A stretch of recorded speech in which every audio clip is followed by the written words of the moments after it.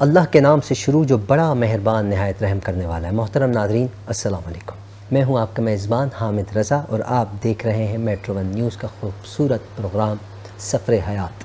नाज़रीन, जैसा कि आप जानते हैं, सफ़र हयात में हम आपकी मुलाकात मुख्तलिफ़ शोबाजात से ताल्लुक़ रखने वाली शख्सियात से करवाते हैं, जिनसे हम उनके सफ़र की जो ज़िंदगी को उन्होंने सफ़र एक बिताया है, गुजारा है, और उसमें यकीनन सख्तियाँ भी हैं, आसाइशें भी हैं, आसानियाँ भी हैं, मुश्किलात भी हैं, रुकावटें भी हैं, बहुत से मामलात हैं, और आखिरकार इंसान किसी न किसी मंजिल पर आन पहुँचता है। मंजिल तक पहुँचने के लिए आपको बहुत से मामलात तय करके आने होते हैं, बहुत से लोगों को मिलकर आना होता है, बहुत से लोगों को देख कर आप आगे बढ़ते हैं, बहुत से लोगों से मोटिवेट होकर आप आगे बढ़ते हैं। और कभी कभार ज़िंदगी में ऐसा भी होता है कि आप आगे बढ़ रहे होते हैं, बड़ी तेज़ी के साथ बढ़ रहे होते हैं, लेकिन जो आपके इर्द गिर्द के लोग होते हैं वो आपको मोटिवेट करने के बजाय मोटिवेट नहीं करते हैं। अगर मैं आसान लफ्ज़ों में कहूँ, डीमोटिवेट करते हैं, जिसकी वजह से आपका मोराल हाई होने के बजाय कम हो जाता है। आप तेज़ी के साथ बढ़ने के बजाय रुक जाते हैं, वो नाकाम हो जाते हैं। जो रुक जाते हैं वो नाकाम हो जाते हैं, और जो चलते रहते हैं, धीमा धीमा चलें, स्लो चलें, लेकिन जो अपनी रफ्तार को रोकते नहीं हैं, आगे बढ़ते चले जाते हैं, यकीनन वो कामयाब होते हैं। हमें नाज़रीन, जिस दौर में आप और हम जी रहे हैं, सांस ले रहे हैं, इस दौर में हमें किसी की फ़िक्र क्यों करनी है? करनी तो है नाज़रीन, अपनों की फ़िक्र करनी है, गैरों की भी फ़िक्र करनी है, सामने आपके जो मौजूद है मुस्तकबिल आने वाला, उसकी भी फ़िक्र करनी है, जो वक्त गुजर चुका उसकी भी फ़िक्र करनी है। पता नहीं कहीं किसी का दिल तो नहीं दुखा दिया, कहीं कोई बुरी हरकत तो नहीं कर ली, कहीं किसी की दिल आज़ारी तो नहीं कर ली। अगर ऐसा कर लिया है तो यकीन जानिए कल को वो आपके सामने आएगा। जैसी करनी वैसी भरनी, हम बचपन से सुनते चले आ रहे हैं। उसके साथ साथ जब आप अपनी रफ्तार को तेज़ी के साथ बढ़ाते हैं, आगे बढ़ते चले जाते हैं, आपके साथ बहुत से लोग कनेक्ट होते हैं, अच्छे भी मिलते हैं, बुरे भी मिलते हैं। कोशिश कीजिए बुरों से किनारा इख्तियार कीजिए, अच्छों की सोहबत में बैठ जाइए, और अच्छे आपको अच्छी चीज़ें बताते हैं। वो किसी भी फील्ड से ताल्लुक़ रखने वाले हो, किसी भी इदारे से ताल्लुक़ रखने वाले हों, किसी भी फील्ड में वो अपना नाम बना चुके हों, मेहनत कर रहे हों, आप उनके साथ अगर बैठते हैं तो आपको बहुत कुछ सीखने को मिलता है। सफ़र हयात प्रोग्राम करने का भी यही मकसद है कि हम हर फील्ड से ताल्लुक़ रखने वाली शख्सियात को इनवाइट करते हैं और उनसे हम बातचीत करते हैं। आज का हमारा जो मौजू है, जो टॉपिक है, वो दरअसल सेहत से मुताल्लिक़ है कि इंसान अपने आप को खूबसूरत दिखाने की कोशिश भी करता है, और कभी कभार ऐसा होता है उसका फेस तो बहुत खूबसूरत लग रहा होता है, लेकिन अंदर से बेचारा बड़ा वीक होता है। उसकी कोई ना कोई वजह भी होती है, और उसके अलावा बहुत सी चीज़ें, बहुत सी टेंशनें, आजकल तो टेंशन का माहौल है, हर जगह हर दूसरा तीसरा बंदा परेशानी के साथ घूम रहा है। हम उस परेशानी से छुटकारा कैसे हासिल कर सकते हैं? वैसे तो अल्लाह का जिक्र करने से छुटकारा मिलता है, कोशिश करनी चाहिए, लेकिन कुछ चीज़ें फ़िज़िकली आपको करनी पड़ती हैं, ट्रेनिंग्स लेनी पड़ती हैं, कुछ आपको क्या कहते हैं जी, जिम जाना पड़ता है, किसी स्पेशल डॉक्टर के पास जाना पड़ता है, किसी स्पेशलिस्ट के पास आप जाते हैं, अपनी मर्ज़ शेयर करते हैं, वो फिर आपको बताता है कि साहब आपको ये करना चाहिए, इस तरह करना चाहिए, वगैरह वगैरह। आज हम सेहत से मुताल्लिक़ बातचीत करेंगे। हमारे साथ आज बहुत मुअज़्ज़िज़ मेहमान, बहुत प्यारी शख्सियात हमारे साथ मौजूद हैं।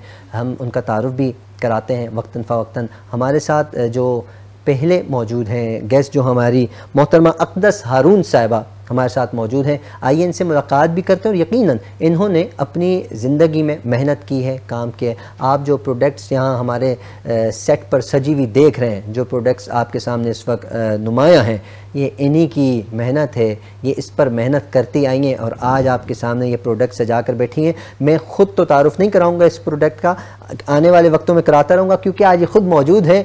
यही बताएंगी कि ये प्रोडक्ट इन्होंने क्यों बनाई, क्या वजह बनी, क्या सोच थी और किस वजह से बनाई, इसका रिएक्शन क्या है, इसका रिज़ल्ट क्या है, ये सारी चीज़ें हम आज इनसे जानेंगे। जी अस्सलाम वालेकुम। वालेकुम अस्सलाम। कैसी अक़दस हारून साहब, खैरियत से हैं आप? अल्लाह का शुक्र। हम आपके मशकूर, आप तशरीफ़ लाई हैं और आपने अपना टाइम निकाला। इंशाल्लाह हम आपसे बातचीत करेंगे। आपके प्रोडक्ट हमारे सामने, हमारे नाज़रीन देख भी रहे हैं, तो इस पर भी हम बात करेंगे, और आप हमारे प्रोग्राम का हिस्सा इंशाल्लाह, तो वक्तन फ़वक्तन आपसे मुलाकात भी होती रहेगी। आपके साथ मौजूद हैं बहुत प्यारी शख्सियत, बहुत खूबसूरत अंदाज़ में, मीठा लहजा इनका, जब बात करते हैं जी चाहता है बात इनके सुनते चले जाएँ। आज थोड़ी तबीयत नासाज है, लेकिन उसके बावजूद हमारे प्रोग्राम का हिस्सा बने हैं।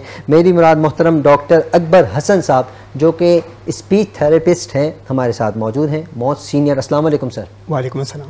सर कैसे मिजाज? अल्हम्दुलिल्लाह हाफिज़ साहब, आप सर यकीन जानिए आज मैं बड़ा खुश हूँ क्योंकि आज बहुत कुछ सीखने को मिल रहा है और बहुत कुछ सीखने को मिलेगा। आप भी मौजूद हैं, आपसे कुछ सवालात होंगे जो हमारे नाज़रीन के सवालात हैं, तो जो हमारी ऑडियंस सवाल करना चाहती है इंशाअल्लाह आपसे भी बातचीत जारी रखेंगे। आपके साथ मौजूद हैं, चेहरे पर इस मुस्कुराहट सजाए, बहुत प्यारे अंदाज में गुफ्तगू करती हैं जी। ये ट्रेनर हैं, फिटनेस ट्रेनर हैं, एक जिम रन कर रही हैं पिछले 15 सालों से। लेडीज़ के हवाले से इनकी खिदमात हैं, हम इनको मुख्तलिफ इवेंट्स में देखते रहते हैं। हमारे साथ मौजूद हैं शाजिया असद साहिबा जी। शाजिया साहिबा अस्सलाम वालेकुम। वालेकुम अस्सलाम। कैसे मिजाज? खैरियत से? अल्हम्दुलिल्लाह अल्हम्दुलिल्लाह। बहुत बहुत शुक्रिया आपकी तशरीफ़ आवरी का। आपका भी आप शुक्रिया। तीनों बहुत बहुत शुक्रिया। आप तीनों मोअज़्ज़िज़ मेहमान पहली मरतबा सफ़र हयात का हिस्सा बने, आप हमारे सफ़र में शामिल हों, तीनों को हम वेलकम करते हैं। हमारे साथ डॉक्टर साहब मौजूद हैं और शाजिया साहिबा भी मौजूद हैं और आप भी मौजूद हैं हमारे साथ। अक़दस हारून साहिबा। अक़दस हारून साहिबा, ये जो प्रोडक्ट्स हैं, मैं चाहूँगा सबसे पहले तो आप अपने प्रोडक्ट के हवाले से बताइए और ये ख़याल आपको क्यों आया, कब आया और कब से आपने इसका आगाज़ किया और आज ये सजा कर हमारे सामने मौजूद है। एक्चुअली हम लोग जो हैं वो स्किन केयर बिज़नेस में 2015 से हैं। पहले हम सिर्फ ऑर्गेनिक ऑयल्स का काम करते थे, हम बाहर से इंपोर्ट करते थे, लेकिन फिर with the passage of time यहाँ पर भी बहुत लोगों ने ये स्किन केयर का काम करना शुरू कर दिया। तो हमारे प्रोडक्ट्स जो बेसिकली हैं वो हाइब्रिड प्रोडक्ट्स हैं, वो ऑर्गेनिक, इनके अंदर इंग्रेडिएंट्स भी हैं जो कि स्किन फ्रेंडली है और क्लीन इंग्रेडिएंट्स हैं, बेसिकली कोई हार्मफुल केमिकल्स नहीं है इसके अंदर। तो ये हमने ऑयल्स भी हमारे रखे हुए हैं इधर और हमारे सीरम्स भी हैं और हमारे हेयर केयर भी है और सनस्क्रीन भी है। तो इसमें बेसिकली सारे जो हमारे इंग्रेडिएंट्स हैं वो ऑर्गेनिक हैं और स्किन फ्रेंडली इंग्रेडिएंट्स हैं, मतलब कि आपको इसके लगाने का कोई जैसे कोई रिएक्शन वगैरह होता है वो नहीं होगा, क्योंकि इनकी फॉर्मुलेशन हमने ऐसी की है कि वो तकरीबन हर स्किन टाइप के लिए है, हर स्किन टाइप को सूट करेगी। अच्छा, मतलब हर स्किन टाइप को सूट करेगी, किसी भी ऑयली स्किन हो या जिस तरह की भी स्किन हो, तो आप इसको किसी भी मौसम में भी लगा सकते हैं। अच्छा, एक चीज़ और, यकीनन ये प्रोडक्ट बनाने में आपका टाइम लगा होगा, इसमें मेहनत की होगी, इसमें आपको सपोर्ट की होगी। मैं चाहूँगा हमारे नाजरीन को भी बताओ। और यकीनन ये स्टेज ऐसा होता है जब आप इस स्टेज पर आ जाते हैं नाजरीन, तो इस स्टेज पर आकर आप अपने मोहसिन को अगर याद करते हैं जिन्होंने आपका मुस्तकबिल में साथ दिया है, जो आज भी आपके साथ हैं, जब आप उनका जिक्र करते हैं तो वो खुश भी होते हैं। तो मैं चाहूँगा हमारे उन नौजवानों का भी जो आपके साथ मौजूद हैं उनका भी जिक्र कीजिए। कौन कौन है आपके साथ इस काम में? हमारे साथ हमारे फाउंडर साहब हैं, हारून रशीद साहब हैं, और हमारी लॉजिस्टिक्स जो देखती हैं वो उज़मा फैसल हैं, और हमारा सोशल मीडिया मैनेजमेंट जो देख रहे हैं वो राफ़े जावेद हैं, और मैं हूँ फ्रंट पे। Basically I am the face of the company.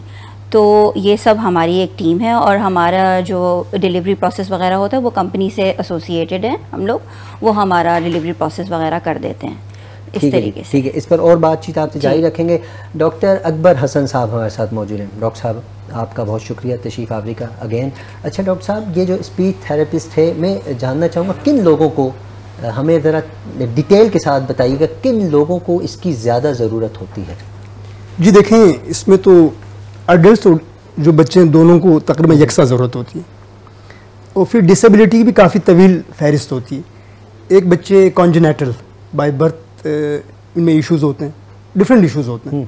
जैसे कुछ बच्चे हेयरिंग लॉस की वजह से, यानी सुनाई नहीं देती है, या समात का इशू हो तो वो भी नहीं बोल पाते, वो माँ बाप को पता नहीं होता है कि इनका बच्चा हेयरिंग में इशू कर रहा है। अच्छा, जाहिर बच्चा है, पैदाइशी है, छोटा है, तो नॉर्मली केयर नहीं किया जाता कि इसको स्पीच, उसका हेयरिंग का कोई इशू है या नहीं सुनने में। अच्छा, फिर स्पेक्ट्रम डिसऑर्डर कहते हैं, ऑटिज़म, ये भी बीमारी होती है बाय बर्थ। और इसके अलावा सीपी बच्चे होते हैं, सेरिब्रल पाल्सी, तो ये डीजनरेटिव प्रोसेस भी कहते हैं इसको, या बाय बर्थ, यानी पैदाइश के बाद से ही ये मसले होते हैं। इसके बाद अडल्ट का मैं आपको किस हवाले से बताऊँ, स्ट्रोक, जैसे फालिज अटैक होता है, तो अगर वो भी आपके लेफ़्ट साइड पे अटैक करता है, फालिज अटैक, स्ट्रोक, तो इससे भी स्पीच स्लर हो जाती है आपकी, या मुकम्मल तौर पर स्पीच लॉस हो जाती है, बोल नहीं पाते बंदा। जी। तो ये बहुत सारी चीज़ें हैं। अच्छा, जब बच्चे बोल नहीं पाते, स्पेशली ये हमने नोट किया है छोटे बच्चों में ये ज़्यादा पाया जाता है, तो फिर थोड़े से बच्चे थोड़े से बड़े होते हैं तो तोतलापन जिसे हम कहते हैं उर्दू में, आसान लफ्ज़ में तोतलापन उनके अंदर आ जाता है, तो उसकी क्या आप लोग ट्रेनिंग देते हैं या किस तरीके से आप उसका इलाज करते हैं, किस तरह बताइए? अच्छा, ये सारे जो है डिले माइलस्टोन का हिस्सा है। अच्छा, डिले माइलस्टोन कहते हैं। इसमें तोतलाहट होती है, हकलाहट होती है बच्चे में। अच्छा, फिर वो आर्टिकुलेशन डिसऑर्डर, जी जी, प्रोनाउंसिएशन में इशू, या फिर हॉर्स वॉइस, आवाज़ इनकी बिल्कुल चौक होती है, कुछ बच्चे बोल नहीं पाते, ये इशू भी होते हैं। असल में तोतलाहट या हकलाहट जो है ये भी बाय बर्थ ही होती है। अगर मदर के साथ कोई इशू है, जैसे अल्कोहलिक मदर्स होती हैं, या बच्चा अंडरवेट है, बाय बर्थ कोई इशू इस तरह है कि मदर को वो इशू है, अल्कोहलिक मदर्स, स्मोकिंग मदर्स, यानी आप बच्चे को ऑक्सीजन नहीं मिल रहा है, किसी भी टिश्यू को अगर वो ऑक्सीजन नहीं मिल रहा है आपके ब्रेन को, तो इस तरह के जो इश्यूज हो जाते हैं जिसको हम डिले माइलस्टोन कहते हैं, किसी न किसी वजह से बाय बर्थ बच्चों में पाए जाते हैं। और फिर पेरेंट्स को नॉर्मली इदराक नहीं होता है, क्योंकि अगर 2 साल का बच्चा है या 1 साल का, तो आपकी तवज्जो नहीं जाती कि बच्चे में ये मसला हो सकता है। फिर आहिस्ता आहिस्ता 3 साल 4 साल में आपको पता होता है कि आपका बच्चा नॉर्मल नहीं है। 3-4 साल बाद बात पता चलता है। 3 साल में भी आप देखें बहुत सी चीज़ मालूम कर सकते हैं। बहुत से लोग ये सोचते हैं जी बच्चा जैसे बड़ा होता जाएगा, जी जी, मामा पापा, या वो साइन लैंग्वेज से बात करता है, इशारा करता है और आपकी बात सुनने की कोशिश करता है, तो ये चीज़ें अलार्मिंग होती हैं कि बच्चा इसमें अगर आप उसको रिस्पॉन्स नहीं देता है, आप बच्चे से बात कर रहे हैं, उसको पुकार रहे हैं, लेकिन वो इंडिफरेंट रहता है, बिल्कुल, आई मीन कि अटेंशन नहीं देता, तो इससे भी हम अंदाज़ा होता है कि बच्चे में कोई ना कोई इशू है, और उसी टाइम इसको स्पीच थेरेपिस्ट को दिखाना चाहिए। बिल्कुल, ये अच्छी बात। ये फिर आपके जो हेयरिंग एक्सपर्ट होते हैं, ऑडियोलॉजिस्ट, इनकी खदमात भी लेनी चाहिए। हो सकता है बच्चे में हेयरिंग का इशू हो, क्योंकि आपने देखा कि एयर ड्रम में फ्लूइड होते हैं बच्चे के बिहाइंड द एयर, तो इस लिहाज से बच्चा सुन नहीं पाता, तो इस तरह भी ध्यान देना चाहिए बच्चे माँ बाप को। बिल्कुल, ये हम आपसे बातचीत जारी रखेंगे, सवालात बहुत से हमारे जहन में जो आपसे हम करेंगे। शादिया असद साहिबा, आपका दोबारा से खैर मकदम करते हैं। फ़िटनेस के हवाले से बताइएगा हमारे नाजरीन को कि कितना ज़रूरी है, और मैं सवाल इसी में ऐड करना चाहूँगा कि किस टाइम करना चाहिए फ़िटनेस रहने के लिए, किस टाइम आपको जिम करनी चाहिए, कोई इसका टाइम फिक्स है या जिस वक्त भी आपका जी चाहे आप कर सकते हैं? देखिए, फ़िटनेस कितना ज़रूरी है ये तो आप और मैं सब अब जानते हैं, क्योंकि अब जितनी भी ज़्यादा एक्सरसाइजेज़ हम लोग करवा रहे हैं वो आपकी फ़िज़िकली हेल्थ के साथ साथ मेंटली हेल्थ पे भी जा रही है। आजकल हम लोगों का जो डेली रूटीन है उसमें ज़्यादा से ज़्यादा देखिए हम लोग क्या कर रहे हैं, ऐसी ग़िज़ाएँ ले रहे हैं जो बहुत ज़्यादा फैटी हैं, बाहर खाना खाने की हैबिट ज़्यादा लोगों ने कर ली है, तो उसमें हमें नहीं पता होता किस ऑयल में है, कौन से हैं, वो बटर्स वगैरह का यूज़ कर रहे होते हैं। फिर लोग खाना खाते हैं, लेट नाइट शादियों में जाते हैं और आकर बैठ जाते हैं घर में। तो आज देख रहे हैं कि पहले से मुकाबले में, पहले के दौर से अब जो है बीमारियों का रेशो ज़्यादा हो रहा है, बहुत ज़्यादा डिजीज़ बहुत ज़्यादा हो रही है। वो डिजीज़ हमें सुनने में आ रही हैं जो शायद हम अपने बचपन में जिनके नाम लेने से भी डरते थे, हमें डराया जाता था। पहले के लोग साइकिल चला रहे थे, मेहनत करते थे। अब दौर मशीनी हो गया है। अब क्या है कि हर काम के लिए ब्लेंडर लगा लिया, जूसर लगा लिया, कपड़े धोने की मशीन, हर चीज़ है। अब हमारे पास कुछ लेडीज़ के पास करने को नहीं है, जो थोड़ा बहुत रहा है वो हाउसमेड ने ले लिया है काम। तो लेडीज़ सिर्फ बैठ के मोबाइल को स्क्रॉलिंग कर रही हैं। जेंट्स का ये है, ऑफिस जाते हैं, वहाँ से आके इतना थक जाते हैं मेंटली या फिज़िकली स्ट्रेस में, तो वो घर पे बैठ जाते हैं। तो उसमें क्या हो रहा है, हार्ट अटैक्स हो रहे हैं, हाई ब्लड प्रेशर, शुगर्स, ये सारी चीज़ें बढ़ती चली जा रही हैं। तो आप देखें कि अब दोबारा से लाइफ पीछे की तरफ जा रही है। अब कहा जा रहा है कि आप साइकिलिंग करें, वॉक करें, एक्सरसाइजेस करें। तो डॉक्टर्स खुद कह रहे हैं कि आप अगर कोई हाई ब्लड प्रेशर है या शुगर का पेशेंट है तो वो वॉक करे या एक्सरसाइज करे, जो जिसकी इसमें होता है। तो ये बात तो सबको पता है कि एक्सरसाइज करना कितना ज़रूरी अब हो गया है। कहते हैं कि थोड़ा बहुत, पहले लेडीज़ घर में फिर भी काम वाम कर लेती थी, अब तो कुछ भी नहीं है। अब रहा सवाल ये आपका कि किस टाइम पे किया जाए, ये बहुत ज़रूरी। तो देखें, अब एक बंदा है वो सुबह उठ के चला जाता है, लेकिन पूरा दिन उसके पास टाइम नहीं है, ऑफिस वर्क में मसरूफ़ है, घर में लेडीज़ हैं, बच्चों के साथ हैं, तो इसका कोई टाइम नहीं है। बस आप किसी भी टाइम पे, लेकिन एक टाइम फिक्स कर ले। हाँ, आप अपने देखिए किसी भी चीज़ को लेने में आपका कंसिस्टेंसी होनी चाहिए, आपका डिसिप्लिन होना चाहिए। लाइफ को इस तरह से बनाएं कि उसमें 1 घंटा कम से कम अपने लिए ज़रूर निकालें, चाहे मेंस हों चाहे वुमेन्स हों, वो 1 घंटा ज़रूर निकालें। अब तो आप देखिए शायद स्कूलों में बच्चों के योगा वगैरह के सेशन भी रख दिए। आप योगा स्पेशलिस्ट भी हैं? जी। तो अब वहाँ पे भी सेशंस वगैरह रख दिए गए ताकि बच्चे, देखिए हम अपने बच्चों को शुरू से आदत डालेंगे तो उनको ये चीज़ की आदत पड़ेगी कि उन्हें पता चलेगा कि इसके हेल्थ के साथ साथ आपके खाने पीने के साथ साथ एक्सरसाइज कितना ज़रूरी है। क्योंकि अभी सिर्फ हम इंटेक करते चले जा रहे हैं कैलोरीज को, लेकिन हम उनको बर्न नहीं कर रहे। तो बर्न करने के लिए आपको गो फॉर एक्सरसाइजेस, जिम्स हैं, बहुत सारे अच्छे पार्क्स वगैरह हैं, वॉक करें, एक्सरसाइज करें। कोई टाइम नहीं है मॉर्निंग में, जिसको मैंने देखा है जिम्स में हमारे लोग सुबह में ऑफिस जाने से पहले अपने ड्रेसेस लेकर आते हैं, वहीं वो शावर लिया, वहीं से तैयार हुए चले गए। शाम में आप हैं आएँ, वहाँ से डायरेक्ट चले जाएं या घर पे चले जाएं, सब जगह का कर सकते हैं। इसका कोई मखसूस टाइम नहीं, किसी भी जगह आप कर सकते हैं। वो हम अगले सवाल में कोशिश करेंगे योगा के हवाले से कुछ डिटेल ले लें, कुछ जान लें, ताकि हमारी ऑडियंस इससे मुस्तफ़ीज़ हो जाए। मैं ख़ुद भी होना चाहता हूँ। अच्छा, मैं आपकी तरफ बढ़ूँगा जी। यकीनन आप हाउस वाइफ भी हैं, घर की मसरूफ़ियात भी होती हैं। ये जो सामने टेबल पर आप का ये जो मेहनत, मैं कहता हूँ ये मेहनत है, ये जो सजी हुई है हमारे प्रोग्राम को जिसने रौनक बख्शी है, इसके पीछे बहुत मेहनत है। और मेहनत ऐसा नहीं होता कि एक दिन की मेहनत हुई उसके बाद ये सारी चीज़ें तैयार, इसके पीछे एक टाइम होता है। फिर आप अपनी फैमिली को भी देख रही हैं, घर भी देख रही हैं, अपने बिज़नेस को भी देख रही हैं, किस तरह मैनेज करती हैं ये भी मैं जानना चाहूँगा। और साथ में ये भी ऐड कर दीजिए, पहली मरतबा आपने अपना क्लाइंट ढूंढा तो किस तरह, किस तरीके से? एक्चुअली देखें, जब आप मार्केट में एक प्रोडक्ट इंट्रोड्यूस करते हैं ना, तो क्लाइंट्स खुद ही देख के आपके पास आते हैं। सोशल मीडिया के थ्रू हम लोग ज़्यादातर अपनी मार्केटिंग एडवर्टाइजिंग करते हैं। अच्छा, दूसरी बात ये कि आपने कहा कि मैं टाइम कैसे मैनेज करती हूँ। तो देखें, सुबह का टाइम जो है ना, वो मेरा बच्चों का स्कूल ड्रॉप करके आती हूँ, उसके बाद मेरे पास बहुत टाइम होता है जब तक उनकी छुट्टी होती है। बेसिकली उनकी छुट्टी 2 सवा 2 तक होती है। तो उस टाइम फ्रेम के अंदर जो भी मेरे बिज़नेस से रिलेटेड काम होते हैं वो मैं कर लेती हूँ। कुकिंग होती है वो भी मैं कर लेती हूँ। कुकिंग में माशाल्लाह से मैं एक्सपर्ट हूँ, तो मैं जो है ना ज़्यादा टाइम नहीं लेती, मैं क्विकली काम कर लेती हूँ किचन के अंदर अपना, और हार्डली मुझे कोई 30 मिनट्स लगते हैं।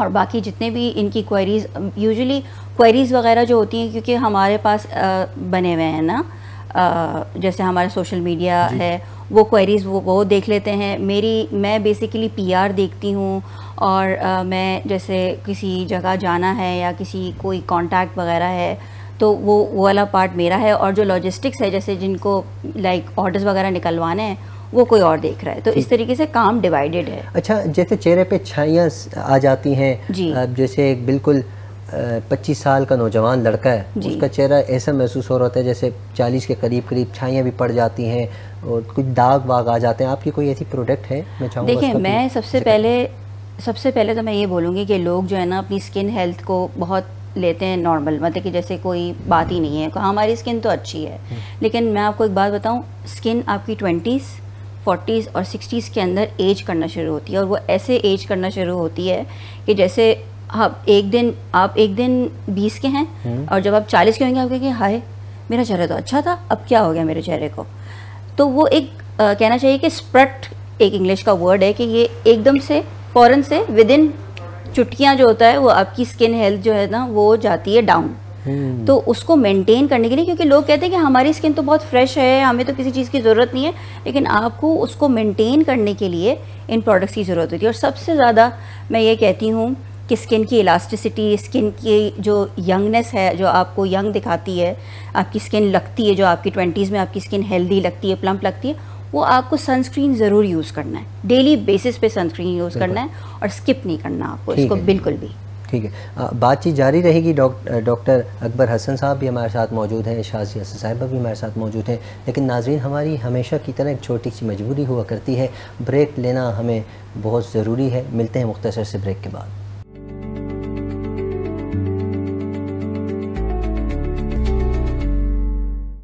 वेलकम बैक नाज़रीन, आप देख रहे हैं सफ़र हयात। मैं हूं आपका मेज़बान हामिद रज़ा। हमारे साथ मोअज़्ज़ज़ मेहमान मौजूद हैं, बातचीत इनसे हम जारी रखे हुए हैं। हमारे साथ डॉक्टर अकबर हसन साहब मौजूद हैं। डॉक्टर साहब, बच्चों के हवाले से भी बात हो रही थी और डॉक्टर साहब जो हैं स्पीच थेरेपिस्ट हैं, उनसे इस हवाले से बात हुई। डॉक्टर साहब, बच्चों में हमने अक्सर देखा है वो बोलने में थोड़ा देरी कर जाते हैं। अक्सर बच्चे, ऐसा नहीं तकरीबन सारे, अक्सर बच्चे ऐसा होता है कि बोलने में थोड़ा देर हो जाती है, डिले हो जाता है, पेरेंट्स परेशान हो जाते हैं, डॉक्टर्स के पास भागने लगते हैं। मैं चाहूँगा कोई ऐसा उनको इसका हल बता दें, ऐसा सलूशन उनको बता दें ताकि हमारे पेरेंट्स जो हैं, नाजरीन जो हैं, हमारे इससे मुस्तफ़ीज़ भी हों और रिलैक्स हो जाएँ। अच्छा, वो आपको शायद मैंने पहले भी बताया था कि डिले माइलस्टोन जी, या इन बच्चों को हम कहते हैं लेट टॉकर्स। बोलते तो हैं वो, लेकिन वो एक माइलस्टोन तय करके डिले होता है माइलस्टोन। जैसे 3 साल में बोल रहे हैं तो बच्चे 6 साल में बोलते हैं, तो वो अंदर से स्ट्रगल कर रहे होते हैं, चीज़ों को समझते हैं, कॉम्प्रिहेंड कर रहे होते हैं स्पीच को। एक्सप्रेशन में इशू होता है। अच्छा जी, देखें ना, एक वो होता है एक्सप्रेसिव लैंग्वेज और एक रिसेप्टिव। रिसेप्टिव भी आप चीज़ों को समझते हो, जी ये कब है, इसको हम कब पुकारते हैं, ये पानी है, ये सपोज मेरे पेरेंट्स हैं, व्हाट्सएवर, लेकिन एक्सप्रेशन नहीं होता। तो एक्सप्रेसिव लैंग्वेज डिले जो है ये लेट टॉकर्स में होता है। तो एलडी कहते हैं, इनमें कुछ इस तरह बच्चे होते हैं जो लर्निंग में भी डिले करते हैं, लिखने में, पढ़ने में। तो ये कोई इतना बड़ा इशू नहीं होता, कोई मेडिकल ऐसा इशू नहीं है, जैसे कोई डेवलपमेंटल इशू हो गया या कंजेनिटल इशू है, इस तरह नहीं है कि ये बच्चे बोल लेते हैं। लेकिन फिर भी पेरेंट्स को चाहिए कि इनको एक इन्वायरमेंट प्रोवाइड करें। अगर बच्चे में ये नुक्स पाई जाती है, हमारे यहाँ इन्वायरमेंट यूँ प्रोवाइड कर दी जाती है, मोबाइल दे दिया जाता है या बड़ी स्क्रीन पर स्क्रीन टाइमिंग कम रखें आप। तो कोशिश ये करें कि पेरेंट्स से मेरी यही गुजारिश है नाजरीन से कि स्क्रीन टाइमिंग बहुत कम रखें, बहुत कम रखें, क्योंकि बच्चे फैंटेसी वर्ल्ड में चले जाते हैं। हमारी एक भांजी है, तो समझ लो वो एट टाइम्स कहती है I crack out from mother's tummy, यानी अपने आप को चूजा समझती हूँ, क्योंकि इस तरह की चीज़ों को प्रोग्राम देखती होगी जिसमें जी। और अच्छा, हमारे बच्चे इस चीज़ को कैच भी एकदम कर लेते हैं ना। जी, अब जी। जैसे आप हिंदी कार्टून बच्चे देख रहे होते हैं, हमने देखा 4 साल का भी बच्चा है जो आम तौर पर बच्चे कम ही बोलते हैं, लेकिन वो एकदम कैच कर लेते हैं। जी। अब देखें, खाली बच्चे जो होता है ना, जो ग्रोइंग बच्चा है, टॉडलर है या इन्फेंट है, जो भी है, तो वो खाली कैसेट की तरह है। बिल्कुल ऐसे आप इसमें जो भरेंगे वो भर जाता है। वाह, इसी तरह बिल्कुल ऐसे ही। मैं आपको ये मिसाल दे रहा हूँ, मोटी बात। बिल्कुल। तो पेरेंट्स को चाहिए कि आप मॉडलिंग करें बच्चे को। अगर एक बच्चा है या दोनों में कोई इशू है या मल्टीपल इश्यूज हैं, तो आप इनसे मॉडलिंग करें और इजी क्वेश्चंस, शॉर्ट क्वेश्चंस और शॉर्ट आंसर्स, इनको बिठाएं, मॉडलिंग करें आप इनको प्ले के ज़रिए। ठीक है, प्ले एंड फन। बिल्कुल। जारी रखते हैं जी बातचीत आपसे भी। मैं आपकी तरफ बढ़ता हूँ। अक़दस हारून साहिबा, बताइएगा, ये जो हमारा बिज़नेस है, आपका जो बिज़नेस है, आप इसमें कामयाबी को कैसे समझती हैं कि किस तरह आप इसमें कामयाबी हासिल कर सकती हैं? क्योंकि सिर्फ एक आप नहीं हैं, हमारे कितने लोग हैं जो इस तरह के बिज़नेस को कोशिश कर रहे हैं, रन करने की कोशिश कर रहे हैं। आप तो इस वक्त एक्टिव हो चुकी हैं, रन कर रही हैं आप माशाल्लाह, लेकिन जानना चाहूँगा कामयाबी कहाँ समझती हैं आपको? आपको कब लगेगा कि आप कामयाब हो गई? देखिए, मैं अल्हम्दुलिल्लाह अपने आप को कामयाब समझती हूँ, क्योंकि बिज़नेस जो है, जब आप बिज़नेस में स्टेप इन करते हैं तो you are learning each and every day. आपका एक लर्निंग फेज होता है, ठीक है ना। जब आपको नॉलेज मिल रही है ना, तो आप समझें आप कामयाब हैं। आप एक चीज़ आप एक्सपीरियंस करते हैं किसी नई चीज़ को, ओ अच्छा, ओके फाइन, ये नॉलेज मुझे इस एक्सपीरियंस से मिली, ये नॉलेज मुझे उस एक्सपीरियंस से मिली, तो मैं इसको कामयाबी समझती हूँ, बिकॉज नॉलेज इज़ पावर। और दूसरी बात ये कि कस्टमर्स, बिल्कुल, ये हमारे कस्टमर्स जो हैं वो हमारे लिए बहुत इंपॉर्टेंस रखते हैं। उनकी फ़ीडबैक, अल्हम्दुलिल्लाह हमारे कस्टमर्स का 100% पॉजिटिव रिस्पांस है हमें, हमारे प्रोडक्ट्स को लेके, हमारी पैकेजिंग से लेके, हमारे प्रोडक्ट की क्वालिटी से लेके जो है वो पॉजिटिव रिस्पांस है अल्हम्दुलिल्लाह। आप उनकी तरफ इशारा करें, मैं जानना चाहूँगा। अच्छा, सही है उसकी। अब आप ऑनर हैं तो इनके सामने, ये हमारी कस्टमर ही, आप इनको मैं जानना चाहूँ। बिल्कुल, मैं प्लीज़। मैं पहले एक इम्पोर्टेड प्रोडक्ट यूज़ कर रही थी। ये अच्छा, ये हुस्न इत्तेफाक है, अच्छा इत्तेफाक हो गया। बिल्कुल इत्तेफाक है। और मैं इनकी पहले एक बहुत अच्छी इम्पोर्टेड प्रोडक्ट यूज़ कर रही थी, लेकिन इन्होंने मुझे इंसिस्ट किया। मैं पहले शुरू में बहुत डरी, घबराई, क्योंकि मेरी स्किन बहुत सेंसिटिव है, तो मेरा बैरियर बहुत ज़्यादा लाइट है, तो मैं बिल्कुल भी कोई नई चीज़ को अफोर्ड नहीं कर सकती, और ना ही मैं किसी चीज़ को ट्राई करती हूँ। इन्होंने मुझे इंसिस्ट किया, इन्होंने मुझे फोर्स किया कि आप एक बार करके देखें, जैसे मैं बता रही हूँ उस तरीके से करें। अल्हम्दुलिल्लाह मैं इनकी प्रोडक्ट यूज़ कर रही हूँ और मैंने वो छोड़ दी है अपनी प्रोडक्ट। ये तो देखें, टक्कर की इंटरनेशनल प्रोडक्ट्स जो है ना, वो उसके टक्कर की प्रोडक्ट्स हैं। देखिए, आपने कहा ना कि लोगों के अच्छे कमेंट्स आ रहे हैं, तो हमारे प्रोग्राम ऑनर आपके कमेंट्स हम देख रहे हैं। अच्छा, मैं चाहूँगा, प्रोडक्ट तो सारी आपकी अच्छी हैं, इनमें कोई एक तो नुमाया होगी ना जिस पे आपको 100% हाँ जी ये प्रोडक्ट है, इसका जो है ये बेनिफिट है, मैं नाज़रीन को। अच्छा देखिए, डेली बेसिस पे अगर आपको कोई प्रोडक्ट यूज़ करनी है ना, तो वो मैं कहूँगी कि आप दिन के अंदर जो है ना वो विटामिन सी यूज़ करें, और रात में आप विटामिन सी यूज़ करें। वैसे तो दिन में भी यूज़ कर सकते हैं, लेकिन कुछ लोग होते हैं ना हेजिटेट करते हैं कि हम इतनी ज़्यादा प्रोडक्ट्स नहीं यूज़ कर सकते, तो आप रात में विटामिन सी यूज़ करें, दिन में आप सनस्क्रीन लगा लें। आपका बैरियर भी, स्किन बैरियर भी आपका उसमें कवर हो जाएगा, आपकी पिगमेंटेशन भी कवर हो जाएगी, आपकी सन प्रोटेक्शन भी हो जाएगी। मर्द हजरात जो बाइक पे घूम रहे होते हैं, उनके लिए भी, स्पेशली जो बाइक पर होते हैं, तो अब मर्द हजरात, एक हमारे क्लाइंट आए थे, तो उन मर्द हजरात को क्या प्रॉब्लम होती है कि हम मुंह धो लेते हैं तो सनस्क्रीन का इफेक्ट रहेगा कि नहीं रहेगा? बिल्कुल रहेगा सनस्क्रीन का इफेक्ट, और ये तो इजी टू अप्लाई है, बिल्कुल भी कोई इशू नहीं है। आप री अप्लाई भी कर सकते हैं सनस्क्रीन को ना। तो आप बस अपना, मर्द हजरात के लिए ये है कि वो सनस्क्रीन ज़रूर यूज़ करें, क्योंकि बाइक पे जाते हैं मर्द हजरात, बाहर घूमते हैं, उसकी वजह से टैनिंग हो जाती है, पिगमेंटेशन हो जाती है फेस के ऊपर, तो ये लाजमी है। मुझे लगता है डॉक्टर साहब हमारे प्रोग्राम के बाद आपसे रब्ता करेंगे, बिल्कुल, और अभी जो हमें ज्वाइन करने वाले हैं सैयद औरंगजेब रिजवी साहब, यकीनन वो भी रब्ता करेंगे, क्योंकि उनकी स्किन भी बड़ी अच्छी है। अभी जब वो आए, गर्मी आज बहुत गर्मी है, तो स्किन से पता चल जाता है। वो यही कह रहे थे बड़ी प्रॉब्लम है, तो आज जब इन्होंने आपकी बात सुनी है ना जी। और ये और एक और मैजिकल प्रोडक्ट है हमारा, ये हेयर स्प्रे। देखें आजकल आपने सुना होगा कि भाई आपकी वाइफ भी होंगी तो वो भी आपसे यही शिकायत करती होंगी कि बाल बहुत गिर रहे हैं मेरे। बस इतना इजी टू यूज़ है ये, इतना इजी टू यूज़ है कि बस आपने स्प्रे किया, इसको अपने बालों में थोड़ा सा हल्का सा मसाज करें, स्कैल्प को स्टिमुलेट करना होता है बेसिकली, और फिर आप जाके अपना हेड वॉश कर लें। मैं ये इस्तेमाल करूंगा, फिर मैं नेक्स्ट प्रोग्राम में अपने ऑडियंस को लाजमी बताऊंगा। अच्छा शाजिया साहिबा, बहुत से लोगों का पेट निकल जाता है आजकल, तो तकरीबन ही है, अपना भी 99% तकरीबन। तो क्या हल है इसका? कोई, मैं कहता हूँ ऐसा हल बता दें कि सब बोले कमाल हो गया जी। सबसे पहला हल तो यही है, कम खाएं। और वो हम लोगों से होता नहीं है। एक्चुअली पता है क्या मसला? ये नहीं है, मसला ये हमारे यहाँ ना, हम लोग फोकस करते हैं रात के खाने पे।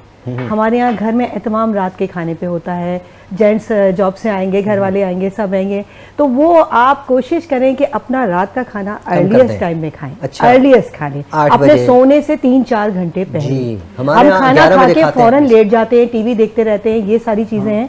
तो आपको इन बेहतरीन टिप यही है कि मगरिब के बाद कोशिश करके खाना खा लें, और अगर जो लोग देर से आते हैं तो वो खाना लाइट। पंजाब में ऐसा ही होता है, आप देखें पंजाब के लोग कितने एक्टिव होते हैं, पंजाब चले जाएं, खैबर पख्तूनख्वा चले जाएं, तो वो फ्राइज हो जाए ना आपका, आप मगरिब के वक्त खाना खा लेंगे तो उसके बाद फिर हाँ बिल्कुल। आजकल तो बच्चों का ये है कि लेट नाइट स्नैकिंग चलती है, वो आप कंट्रोल कर रहे होते हैं। माशाल्लाह तीनों आपस में लग गए, फिर मैं चला जाऊंगा। बहुत अच्छी, ये अच्छा प्रोग्राम का हुस्न है। कंट्रोल करें उसको, स्नैकिंग वगैरह को, और अपने अगर जैसे बहुत से जेंट्स वगैरह ये कहते हैं हम तो आते ही 10 बजे, हम मगरिब के वक्त कैसे खा सकते हैं, तो उनके लिए बेहतरीन टिप ये है कि वो कार्ब्स कम कर दें। शाजिया साहिबा बहुत शुक्रिया, आपने टिप दी, मेरी मजबूरी है, ब्रेक लेना बहुत ज़रूरी। नाज़रीन बढ़ते हैं ब्रेक की जानिब, मिलते हैं मुख्तसर से वक्फे के बाद। वेलकम बैक नाज़रीन, आप देख रहे हैं प्रोग्राम सफ़र हयात में, हूँ आपका मेज़बान हम हामिद रज़ा, और हमारे साथ मुअज़्ज़िज़ मेहमान भी मौजूद हैं जिनसे हम बातचीत जारी रखे हुए हैं। अभी हमें ज्वाइन किया है बहुत प्यारी शख्सियत, चेहरे पर मुस्कुराहट हमेशा रहती है, मोहतरमुल मकाम जनाब सैयद औरंगजेब रिजवी साहब। अस्सलाम वालेकुम। वालेकुम अस्सलाम। औरंगजेब भाई, शुरू दिन से आप हमारे साथ हैं, आपकी स्टैंडी नुमाया है, आपका काम नुमाया है, हमारे नाजरीन देखते हैं, और आप वक्तन फ़वक्तन हमारे प्रोग्राम में तशरीफ़ भी लाते हैं, आपके हम मशकूर हैं। आज हम कुछ सवालात करेंगे, हमारे जहन में है कुछ आपकी तरफ से भी सवाल हैं, वो हम अपने नाजरीन के लिए सवाल करेंगे। और नाजरीन के साथ साथ इस वक्त यकीन जानिए हमारे सेट पर क्या खूबसूरत खुशबू आ रही है, खुशबू महक रही है, पूरा सेट खुशबू से महक गया। इसके लिए हम साइमा फैसल साहिबा का शुक्रिया अदा करते हैं। इंशाअल्लाह हम ये आखिर में खाएंगे भी, और आप साइमा फैसल साहिबा जो है सेम्स टेबल डिलाइट के नाम से आप इनका इंस्टाग्राम भी सर्च करेंगे। अगर आपने कभी कुछ ऑर्डर करना हो अच्छे खाने के लिए तो आप बिल्कुल इनके साथ राब्ते में रह सकते हैं। हम अपने प्रोग्राम को आगे बढ़ाते हैं। औरंगजेब भाई, मैं जानना चाहूँगा इमारतों के नक्शे किस किस्म के होते हैं, कितने किस्म के होते हैं? यकीनन नक्शे तो बहुत ज़्यादा होते हैं, आप ज़्यादातर किस पर काम करते हैं, मैं जानना चाहूँगा। देखिए बेसिकली बिल्डिंग प्लान 2 तरह के होते हैं। नंबर 1 सबमिशन ड्राइंग, और नंबर 2 वर्किंग ड्राइंग। जो हम किसी भी प्रोजेक्ट को स्टार्ट करने से पहले SBC से यानी सिंध बिल्डिंग कंट्रोल अथॉरिटी से जो अप्रूवल लेते हैं, वहाँ जो नक्शे सबमिट करवाते हैं उसे कहते हैं सबमिशन ड्राइंग। अगर आपने उसी ड्राइंग को बनाना हो एज़ पर बायलॉज तो उसी ड्राइंग को वर्किंग ड्राइंग का नाम दिया जाता है, जो जिस पर वर्किंग करते हैं हम। सम टाइम हम नक्शे को तब्दील करते हैं अपने हिसाब से, चाहे वो किसी भी किस्म का बिल्डिंग प्लान हो, तो उस वर्किंग को जिस लिहाज से करनी होती है, उस वर्किंग के लिहाज से एक जो प्लान बनता है उसे हम कहते हैं वर्किंग ड्राइंग। मिसाल के तौर पे आर्किटेक्चरल प्लान है, फ्रंट एलिवेशन है, मुख्तलिफ तरह की ड्राइंग्स हैं। तो वो सब ड्राइंग जिन पर वर्किंग होती है साइट पर, वो कहलाती हैं वर्किंग ड्राइंग्स। अच्छा, वर्किंग ड्राइंग्स। ज़्यादातर आपका काम जो है वर्किंग ड्राइंग्स पर होता है। और अच्छा, ये भी इसमें मुश्किलात भी आती होंगी, रुकावटें भी आती होंगी, तो उसको किस तरह आप फेस करते हैं? बस वो कुछ मुश्किलात हैं, क्योंकि जाहिर सी बात है हम इस वक्त नेशनल टीवी पर बैठे हैं, तो यकीनन हमारे प्लेटफॉर्म के ज़रिए गवर्नमेंट तक आपका पैगाम भी जाएगा, अगर आप कुछ पैगाम देना चाहें प्यारे प्यारे लफ्ज़ों में। जी, बात ये है कि सबमिशन ड्राइंग के जो बायलॉज हैं वो बहुत पुराने बने हुए हैं। अब उन सबमिशन ड्राइंग को बनाने के बायलॉज के मुताबिक अगर हम नक्शा बनाते हैं, इसको अप्रूवल कराते हैं, तो अप्रूवल तो वही होगा जो बायलॉज के मुताबिक है, लेकिन चूंकि उसमें कवर्ड एरिया बहुत कम होता है, ओपन एरिया बहुत ज़्यादा होता है। अब चूंकि प्लॉट बहुत महंगे हैं कराची में और कंस्ट्रक्शन बहुत महंगी है, लिहाजा हर शख्स की ये ख्वाहिश होती है कि कवर्ड एरिया ज़्यादा बढ़ाएँ और ज़्यादा कमरे, ज़्यादा एकोमोडेशन को बढ़ाएँ। उसके लिए फिर हमें करनी पड़ती है वायलेशन, और जब करते हैं वायलेशन तो फिर उसकी फिर हमें पेनल्टी भी भरनी पड़ती है। तो उस इस सब निज़ाम को चलाने के लिए अगर हम सबमिशन ड्राइंग के अकॉर्डिंग घर बनाएंगे या बिल्डिंग बनाएंगे तो बहुत कम कवर होगा। बढ़ाने के लिए एरिया को हम करते हैं वायलेशन और फिर इसकी फीस वगैरह भी पे करते हैं वहाँ पे। अच्छा, आपने जब प्लेंटी का नाम लिया तो चेहरे पर मुस्कुराहट थी, वजह जान सकता हूँ? बस ये सिस्टम का हिस्सा सारी चीज़ें, ये तो पता है आपको सारी चीज़ें। अच्छा, जब हम कुछ तामीर करते हैं, कुछ तामीरात करने का इरादा करते हैं, तो मैं चाहूँगा हमारे नाज़रीन को ये भी बताएं कि प्लाट किस तरह का होना चाहिए, इस पर भी कुछ ख़ास होना चाहिए, बस जैसा भी प्लाट हो आप तामीरात कर लेंगे? देखिए, सिलेक्शन ऑफ साइट के लिए पहली चीज़ ये ज़रूरी है कि आपका जो लोकेशन है वो कहाँ पर है। ठीक है ना, प्लाट का नंबर 1 वेस्ट ओपन होना अच्छा होता है।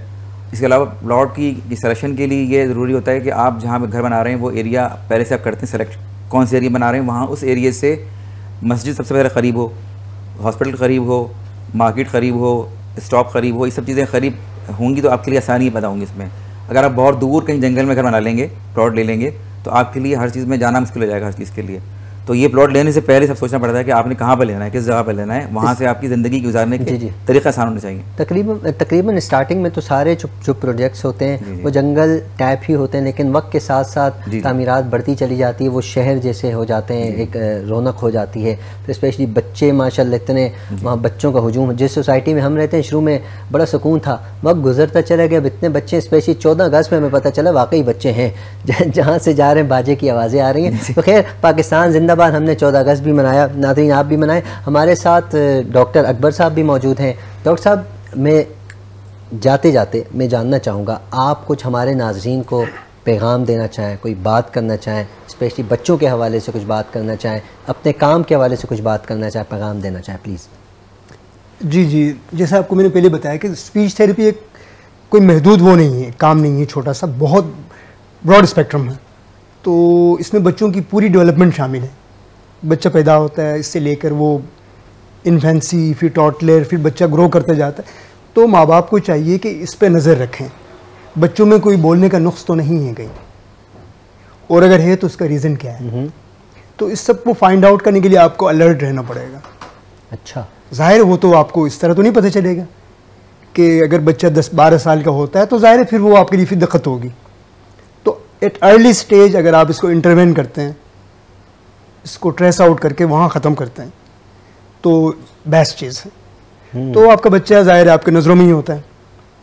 स्कूल गोइंग बच्चा तो खैर वो तो बड़ा होता है, लेकिन अगर बच्चा टॉडलर है, 2 या 3 साल का है, तो आप इसके बिहेवियर में कोई नॉर्मल चीज़ नहीं पाते हैं।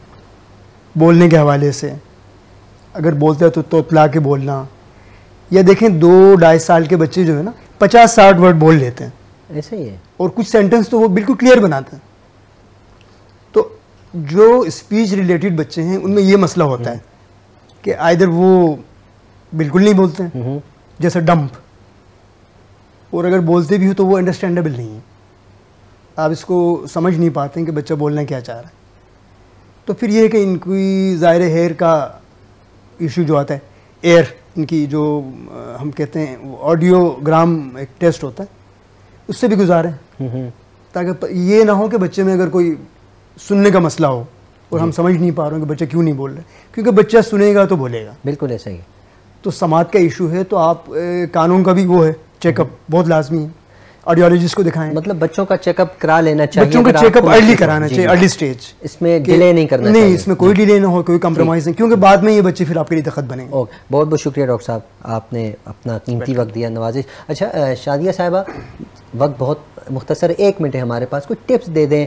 क्या एज लिमिट भी इसमें कुछ है फिटनेस हासिल करने के लिए, ट्रेनिंग के लिए, जिम करने के लिए, या किसी भी एज में आप कर सकते हैं? देखिए मैं तो यही कहूँगी, जिस वक्त ख्याल आ जाए, देर आए दुरुस्त आए वाली बात है, जिस वक्त ख्याल आए, जिस वक्त मौका है, लेकिन कोशिश ये करें कि लाइफ में इस चीज़ को इम्पॉर्टेंट दें कि हमें, अगर हम खा रहे हैं पी रहे हैं तो कुछ टाइम अपनी वर्कआउट के लिए निकालें। ज़रूरी नहीं है कि आप बहुत हैवी वर्कआउट करें, कुछ सिंपल वॉक कर लें, कुछ घर में कुछ स्टेप्स कर लें, और कुछ घर के काम काज ख़वातीन खुद करें, जेंट्स भी कुछ अपने आप को यूज़ टू रखें, कुछ वर्कआउट्स प्लान कर लें। जनरेशन काम कहाँ करना चाहती है, वो तो कहती है काम वाली मासियाँ। हाँ, ये बात है बिल्कुल। इसकी वजह से तो हम लोगों की ज़्यादा डिजीज़, हम क्यों देखिए ना, जब आपको डॉक्टर कहे उससे पहले आप खुद अपने आप को सेट कर लें।